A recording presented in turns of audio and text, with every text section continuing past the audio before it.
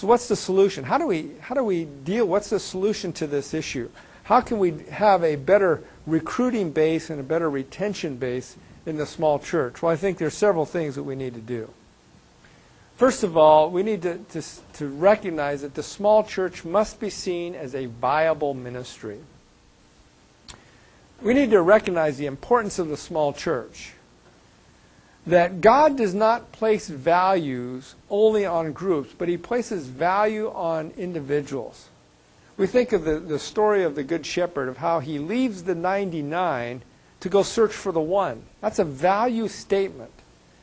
That God not only values the 99, but He values the one that's missing. That if there's one person that's missing, God searches for that individual. That's an incredible model for us, for shepherds, that God not only desires to reach the masses of the metropolitan areas, but He also desires to reach the individuals in the isolated communities.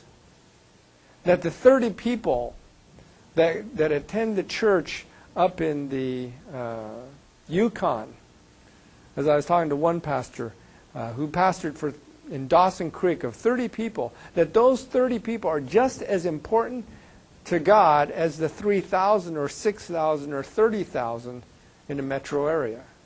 Why? Because God values individuals.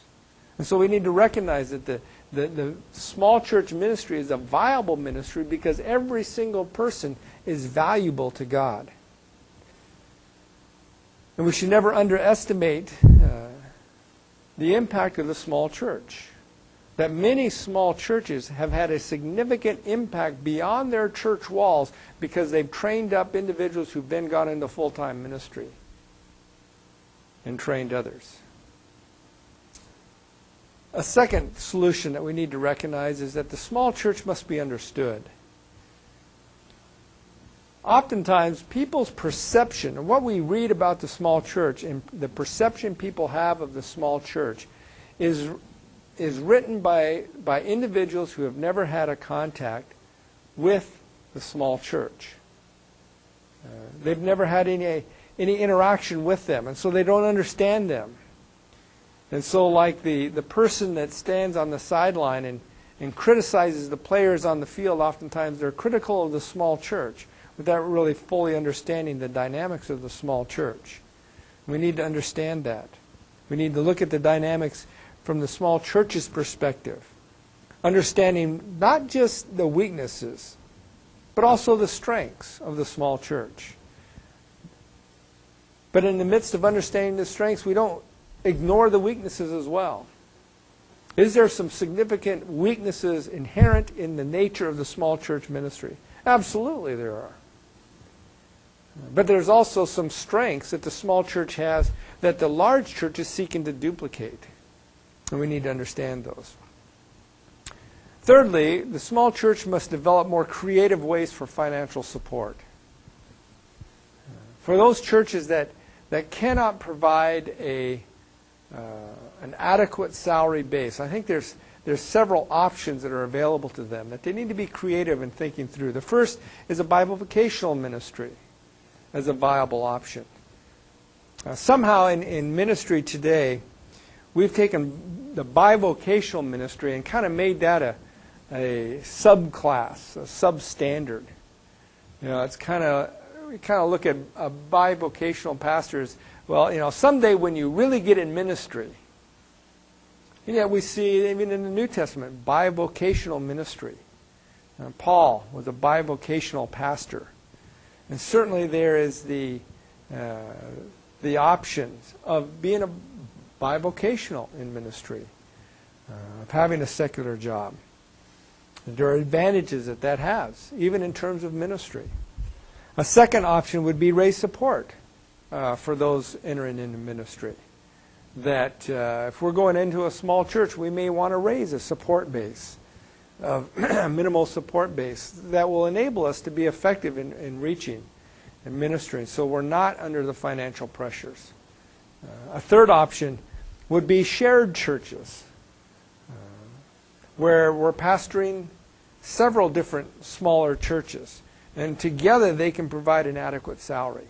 where individually they wouldn't be able to do that. And that's a valid, viable option that I think we have to examine in our ministry.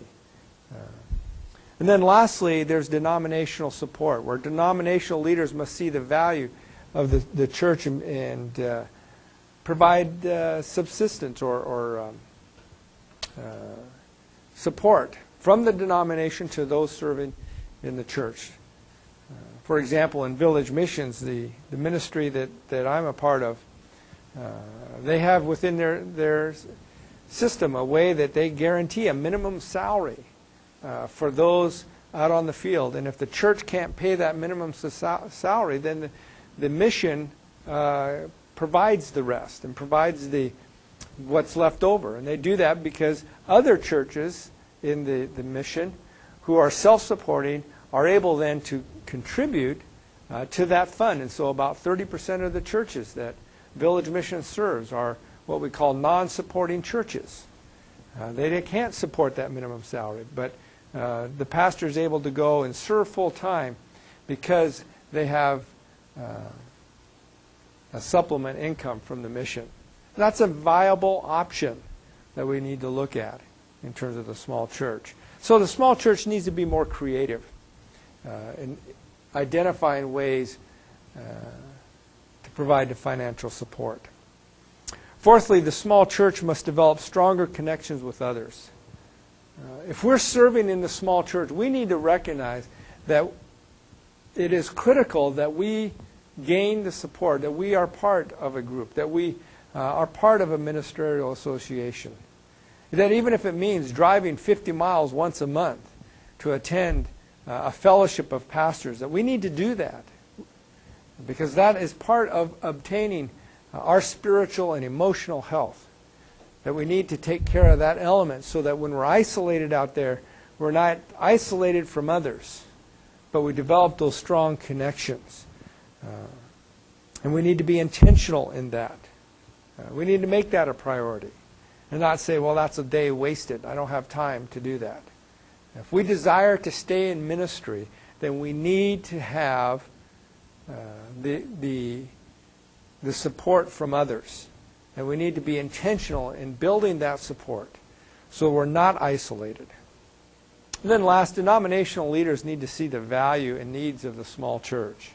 We need to encourage denominational leaders to not overlook the small church, to recognize the validity of them and the value of them, and not overlook the rural church and the needs of rural America for evangelism.